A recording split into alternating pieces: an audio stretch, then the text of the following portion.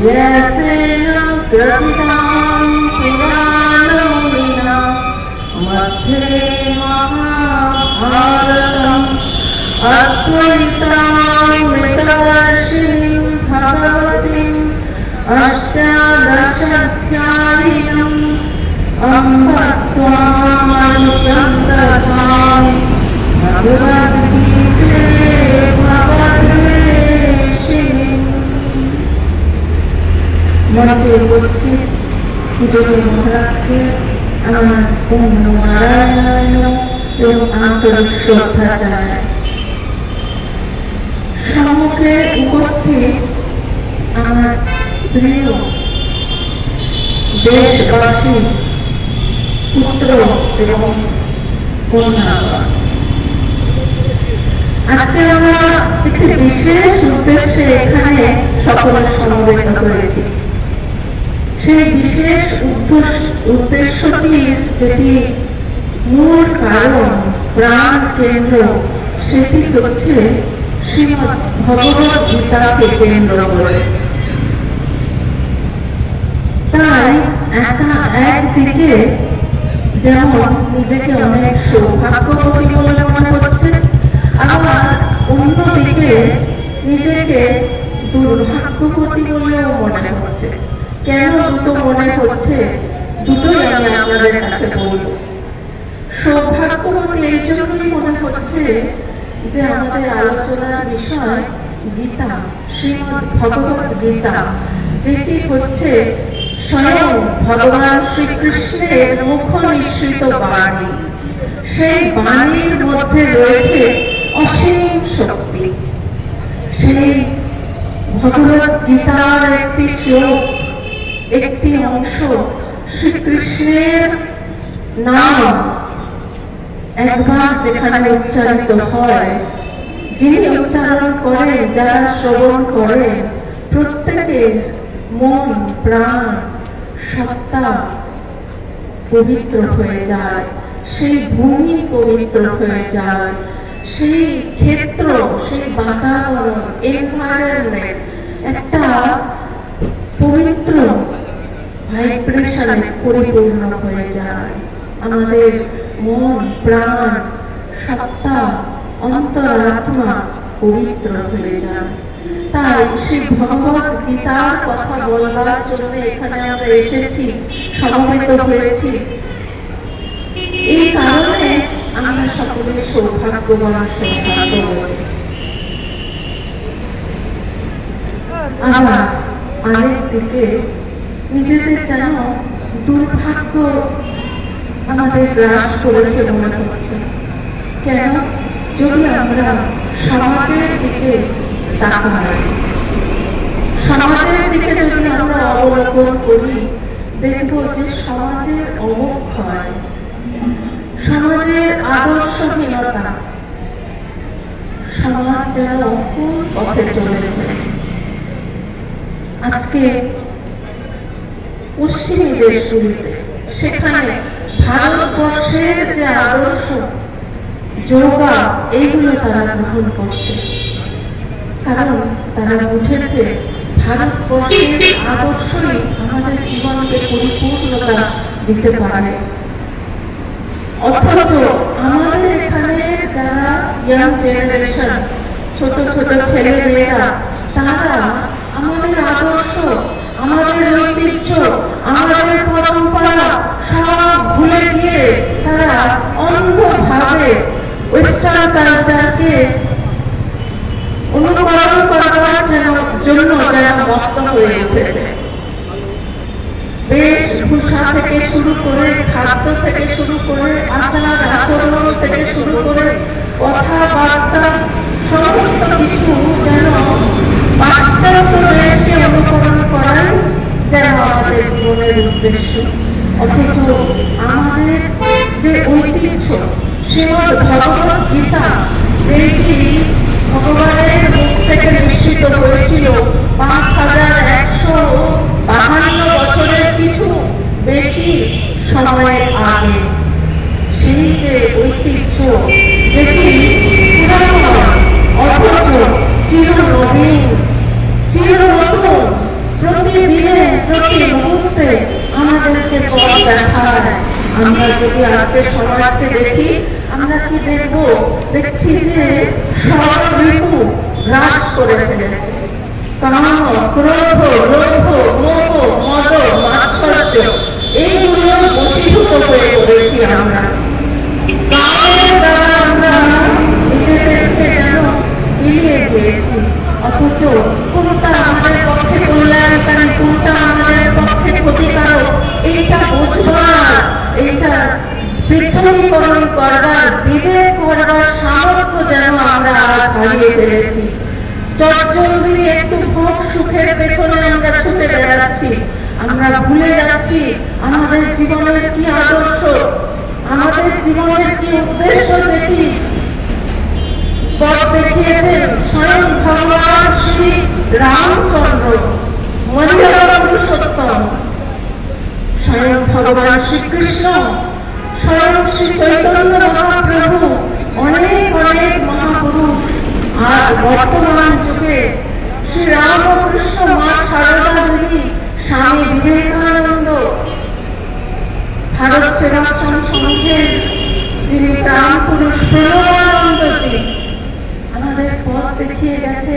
সেইগুলোর দিকে আমরা আকৃষ্ট হই না, সেইগুলো আমরা শিক্ষা পাই না। আমরা ওয়েস্টার্ন কালচারকে অনুকরণ করার জন্য যেন ব্যগ্র হয়ে উঠে পড়েছি। আমাদের মনে একটু কামের উদ্ভব হলো, তার পেছনে আমরা কি করে তাকে চরিতার্থ করবো, সেই দিকে আমাদের মন ছুটে চলেছে। কিন্তু সেইটা যে আমাকে কত অধোগতির পথে, অবনতির পথে, নরকের পথে নিয়ে যাচ্ছে, সেইটা আমরা দেখছি না।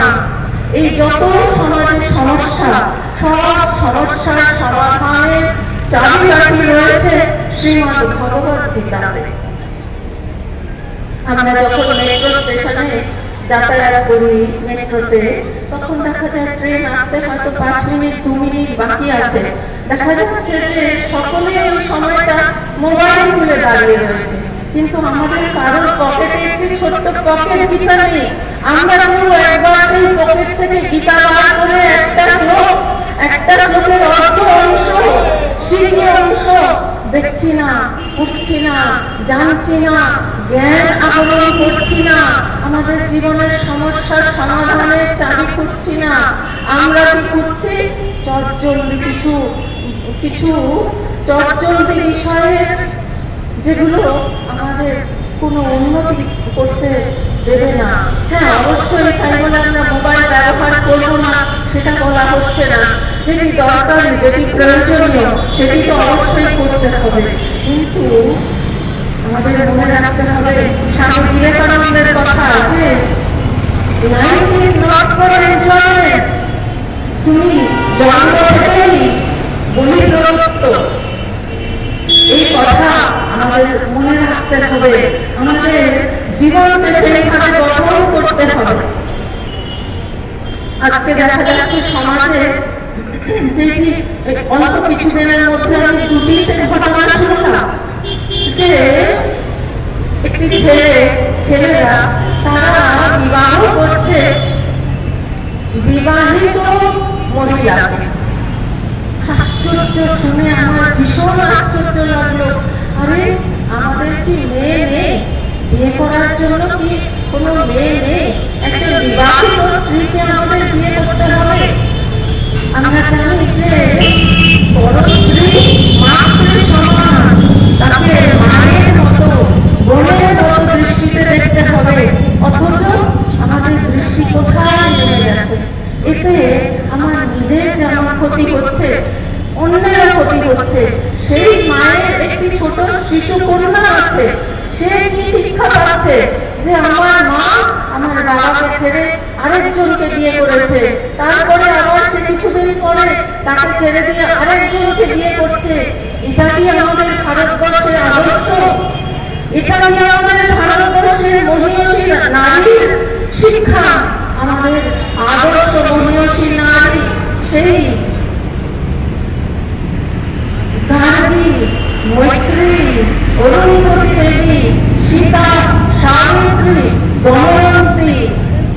আর সেইগুলো সব ভুলে গিয়ে আমরা এই অনেক সুখ ভোগ যেটি আমাদের কত ক্ষতিকারক সেই দিকে আমাদের নিয়ে যাচ্ছে, সমাজের অবক্ষয় সেই দিকে আমাদের নিয়ে যাচ্ছে। অথচ আমরা কি জানি যে পবিত্রতাই হচ্ছে শক্তি, পবিত্রতার দ্বারাই কিন্তু বড় বড় কাজ সম্ভব। পবিত্রতা ছাড়া কোনো উপায় নেই, কোনো অল্টারনেটিভ নেই। আমাদের নিজেদের পবিত্র হতে হবে, আমাদের সকলকে পবিত্র হবার কথা পন্থায় বলে দিতে হবে। আমাদের ছোট ছোট ছেলে মেয়েদের গীতার উপদেশ শিক্ষা দিতে হবে।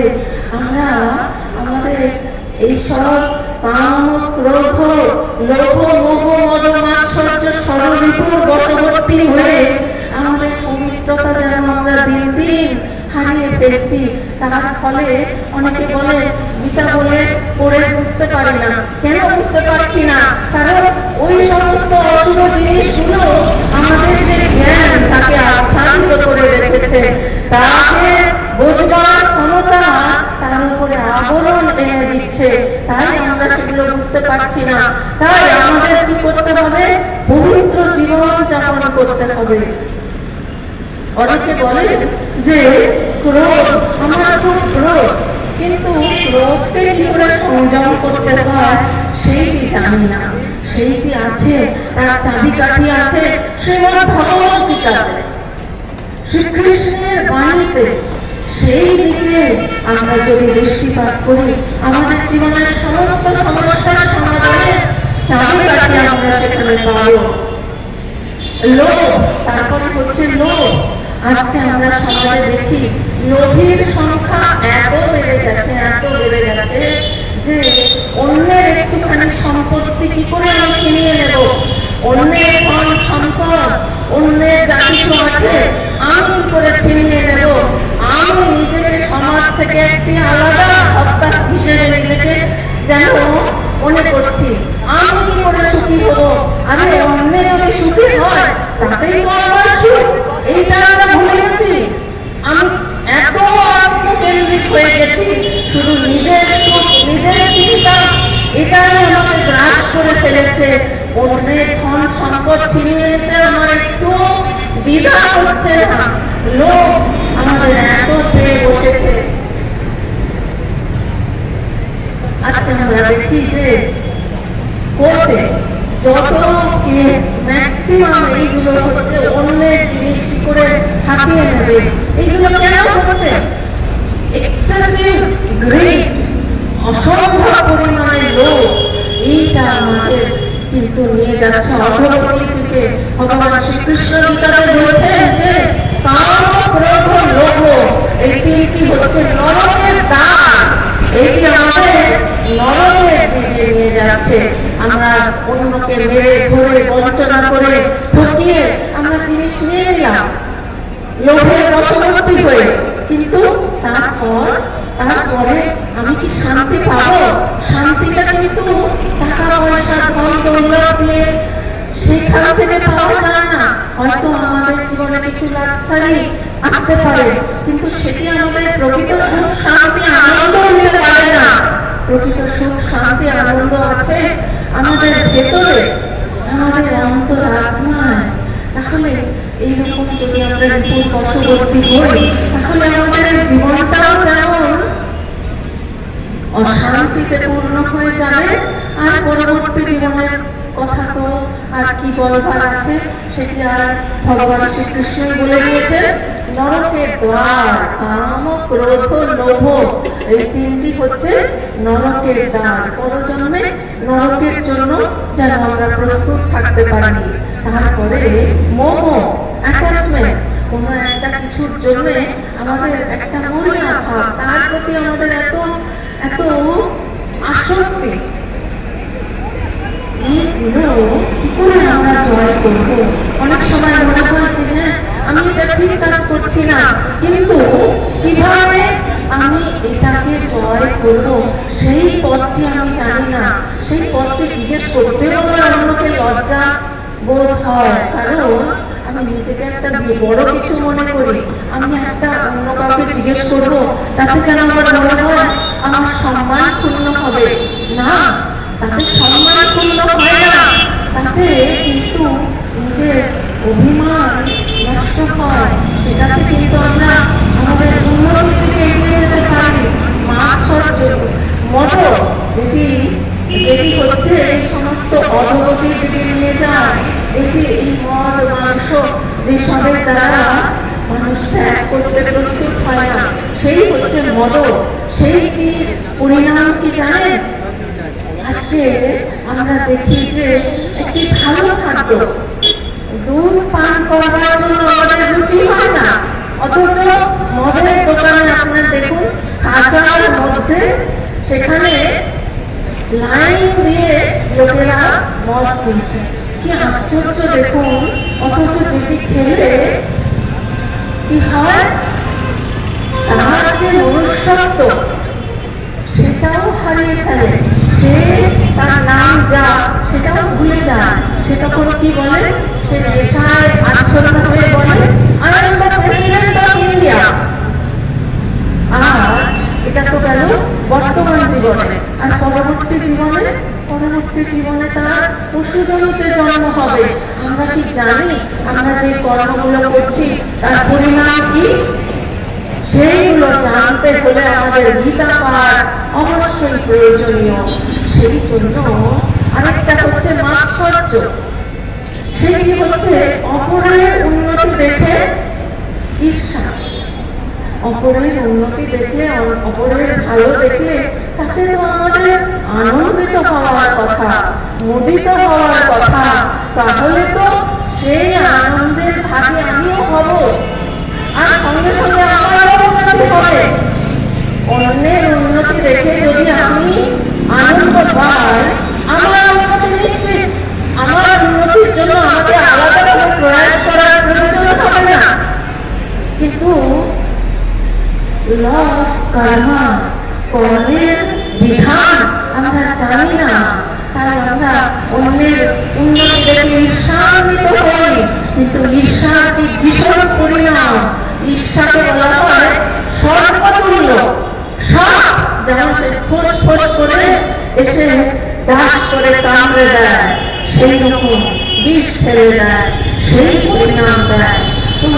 আর পরবর্তী জীবনও কিন্তু আমাদের অধোগতির দিকে চলে যায়। তো কোন কর্মে কি ফল, আমরা কি চিন্তা করছি, তার থেকে আমাদের এই বর্তমান জীবনে কি ফল, আর পরবর্তী জীবনে কি ফল করবে, এইগুলো আমরা জানি না। তাই আমরা নিজেদের সংযত করতে পারি না। এইগুলো সব কিছু বলা আছে শ্রীমদ্ ভগবত গীতাতে। আমরা যদি শ্রীমদ্ ভগবত গীতা রোজ একটু একটু পাঠ করি, একটু একটু, যদি আমরা প্রথম দিন বুঝতে না পারি, দ্বিতীয় দিন বুঝতে পারবো, দ্বিতীয় দিন বুঝতে না পারলে তৃতীয় দিন বুঝতে পারবো। কিন্তু আমাদের এই অভ্যাসটা ছাড়া চলবে না। একদিন পাঠ করলাম আর তারপরে 1 মাস ভুলে গেলাম, সেইটি চলবে না। আমরা কি একদিন খাই আর 1 মাস পরে আবার খাই না, আমরা প্রতিদিন 3 বেলা 4 বেলা খাই। ঠিক সেই রকম এই শ্রীমদ্ ভগবত গীতা হচ্ছে আমাদের মনের খাদ্য, মনের পুষ্টি, মনের ভিটামিন, বুদ্ধির শুদ্ধি, বুদ্ধির উন্নতির চাবিকাঠি।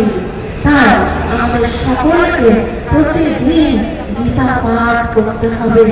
আর তার শুরুয়াত আমরা যদি জীবনে এখনো না করে থাকি, তাহলে আমাদের কাছে সেই সুবর্ণ সুযোগ এসেছে। আগামী 7ই ডিসেম্বর ব্রিগেড প্যারেড ময়দানে, সেখানে সকলের সঙ্গে 5 লক্ষ মানুষের, 5 লক্ষ গীতা প্রেমী, হিন্দু প্রেমী, সনাতন প্রেমী, সাধু সন্ত মহন্ত মহান ধার্মিক ব্যক্তিদের সঙ্গে একসঙ্গে সমবেত কণ্ঠে গীতা পাঠ করলে সেই সমস্ত সাধু সন্ত, ঋষি মুনি, ঋষি মহর্ষি, দেবর্ষি, রাজর্ষি যারা শরীরে আছে সকলের শক্তি আমাদের মধ্যে এসে পড়বে, সকলের আশীর্বাদ, সকলের স্নেহ, সকলের অনুকম্পা আমরা লাভ করব। সেই শুরুয়াতটা কেননা আমরা 7ই ডিসেম্বরে করি, এই সুবর্ণ সুযোগকে কাজে লাগাই, কেননা আমরা এই সুযোগকে হাতছাড়া করি। আমরা কত সময় জীবনে নষ্ট করি, সিনেমা দেখতে চলে যাই, কত টাকা খরচা করে। এখন সিনেমার টিকিটের কত দাম হয়ে গেছে, শুনেছি নাকি 200, 300, 500, 1000 এত টাকা একটা সিনেমার টিকিটের দাম। সেই দাম দিয়ে আর কর্নফ্লেক্স খেতে খেতে আমরা মনে করি এই তো আমি খুব এনজয় করছি, কিন্তু তার থেকে আরো বড় এনজয়মেন্ট শ্রীমদ্ ভগবত গীতা পাঠ সকলের সঙ্গে আমরা বুঝতে পারবো যে ভারতবর্ষের কি ঐতিহ্য, তার কি শক্তি, তার কি মহান আদর্শ, মুনি ঋষিদের কি মহান আদর্শ। যে কথা ভগবান শ্রীকৃষ্ণ বলেছেন, গীতাটি কি? গীতা হচ্ছে সমস্ত উপনিষদের থেকে সমগ্র সারগর্ভ কথা চয়ন করে ভগবান শ্রীকৃষ্ণ আমাদের কাছে তুলে ধরেছেন অনেক সহজ ভাষায়। উপনিষদের ভাষা তার থেকে আরো কঠিন, কিন্তু তার থেকে অনেক সহজ ভাষায় ভগবান শ্রীকৃষ্ণ আমাদের সামনে তুলে ধরেছেন। তিনি আমাদের কাছে গরুর দুধ দুইয়ে দুধ দিয়ে আমাদের কাছে উপহার দিচ্ছেন। আমরা সেই উপহারটি গ্রহণ করবো না, আমরা সেই উপহারটি তার আশীর্বাদটি আমরা গ্রহণ করবো না। আমাদের সৌভাগ্য আমরা কি পদদলিত করবো? আমরা গল্প গুজবে, পার্কে, এখানে ওখানে আড্ডা মেরে কত সময় নষ্ট করি, কিন্তু আমরা তার থেকে একটু সময় পার করে আমরা কি একটু শ্রীমদ্ ভগবত গীতার সমবেত কণ্ঠের পাঠ সেখানে করতে পারবো না? ভগবানের আশীর্বাদ লাভ করতে পারবো না?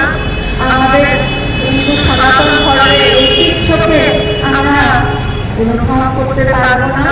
আমাদের সেই সমস্ত রোম কূপে সমস্ত শক্তি সঞ্চার করতে পারবো না? নিশ্চয়ই পারবো, কারণ আমরা কে? আমরা হচ্ছি অমৃতস্য পুত্রাঃ।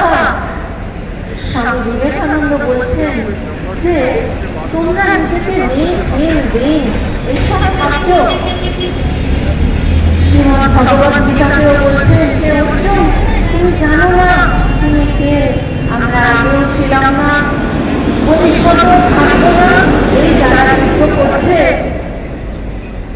তোমার আত্মীয় পরিজন, তারা আগেও ছিল না, ভবিষ্যতেও থাকবে না, তা নয়। কারণ আত্মা তিনি তো অজর অমর অবিনাশী, তার কখনো নাশ হতে পারে না, তিনি অনাদি অনন্ত। সেইটি হচ্ছে আমাদের প্রকৃত পরিচয়, সেইটি আমাদের প্রকৃত স্বরূপ। সেইটি ভুলে গিয়ে আমরা এই জগতের ক্ষণিক সুখ, ক্ষণিক ভোগ তার পেছনে ছুটে বেড়াচ্ছি, আর ধর্মকে ভুলে গিয়ে আমরা অধর্মের পেছনে অধর্মকে জীবনে অধর্মকে অবলম্বন করে জীবনে লাভান্বিত হওয়ার জন্যেও পিছু পা করছি না। আমাদের মনে ভয়ের উদ্রেক হচ্ছে না যে আমি ধর্মকে পরিত্যাগ করছি, আমি অধর্মে চলে যাচ্ছি। এইটা আমাদের বিবেকের কথা আমরা শুনছি না, আমরা বিবেকের ডাকে সাড়া দিচ্ছি না। এইরকম হতে থাকলে একদিন বিবেক ঘুমিয়ে পড়বে, আর আমাদের গতি হয়ে যাবে সেই নরকে। সেখান থেকে বাঁচবার পথ সেটি বলে দিচ্ছে শ্রীমদ্ ভগবত গীতা। আমরা দেখি যে খ্রিস্টান যারা প্রতি রবিবার চার্চে যায়, অন্যান্য বিভিন্ন ধর্মের তাদের একটা নিয়ম আছে, তারা নির্দিষ্ট দিনে প্রার্থনা করে, কিন্তু আমরা কি করি? আমাদের একটা নিয়মের দরকার। আমার আগের বক্তা বলে দিলে যে ধর্ম হচ্ছে ওয়ে অফ লাইফ, জীবনচর্যা। সকাল থেকে রাত পর্যন্ত আমি কি করছি, কি চিন্তা করছি, আমি কি ঠিক চিন্তা করছি? এটা আমাকে নিজেকেই প্রশ্ন করতে হবে, সেটা আমাকে নিজেকে জানতে হবে, নিজেকে যাচ করতে হবে। ভগবান শ্রীকৃষ্ণ গীতাতে বলছেন যে তুমি নিজেই নিজের বন্ধু আর তুমি নিজেই নিজের শত্রু। তো আমাদের শত্রু কিন্তু আমাদের ভেতরেই আছে। কিরকম ভাবে? কাম, ক্রোধ, লোভ, মোহ, মৎসর্য এই রূপে। তাই এই অসুরদের সঙ্গে যুদ্ধ আমাদের সর্বদাই লেগে আছে, সর্বদাই আমাদের যুদ্ধ করতে হবে। আর সেই যুদ্ধের শক্তি আমরা পাবো শ্রীমদ্ ভগবত গীতা থেকে। আর এটা হচ্ছে আমাদের শত্রু। শত্রু বাইরে কোথাও নেই, শত্রু আছে আমাদের ভেতরে। আর আমরা নিজেরাই নিজেদের বন্ধু। যে নাকি ধর্ম পথে চলে, যে নাকি সত্য পথে চলে, যে নাকি ভগবানের বাণী অনুসরণ করে, শুদ্ধ জীবন যাপন করে, শ্রীমদ্ ভগবত গীতা পাঠ প্রতিদিন করে এবং সেই অনুযায়ী নিজের জীবনকে গঠিত করে, নিজের জীবনকে পরিচালিত করে, সেই হচ্ছে তার বন্ধু। সে নিজেই নিজের বন্ধু। আমরা সকলেই নিজের বন্ধু হয়ে উঠি। এই প্রার্থনা পার্থ সারথী শ্রী ভগবান শ্রীকৃষ্ণকে এই প্রার্থনা জানায়।